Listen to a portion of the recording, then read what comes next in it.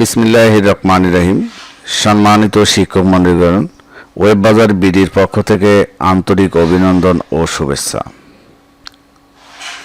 আজকের এই পর্বে আমরা দেখব কিভাবে আপনারা দেখুন এই যে আমাদের যে নোটিশটি উপরে দেখুন, নোটিশটি যেখানে যাচ্ছে নোটিশটি ভালো করে দেখুন। এই যে নোটিশের এইখানে যে কাজটি হচ্ছে আপনার 14 ফেব্রুয়ারি 2024 দেখাচ্ছে।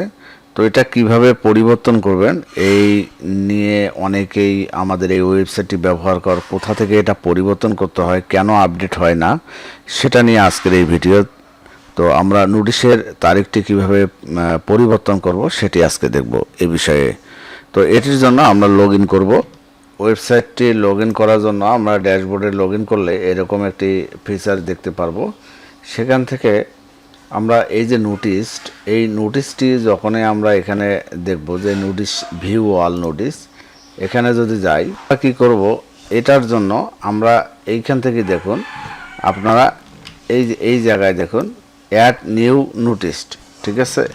তো আমরা এখান থেকে সরাসরি নতুন আর একটা নোটিশ আমরা পাবলিশ করব। এইখানে দেখুন অ্যাড নিউ নোটিশ আছে, অথবা এই যে অ্যাড নিউ নোটিশ, ঠিক আছে।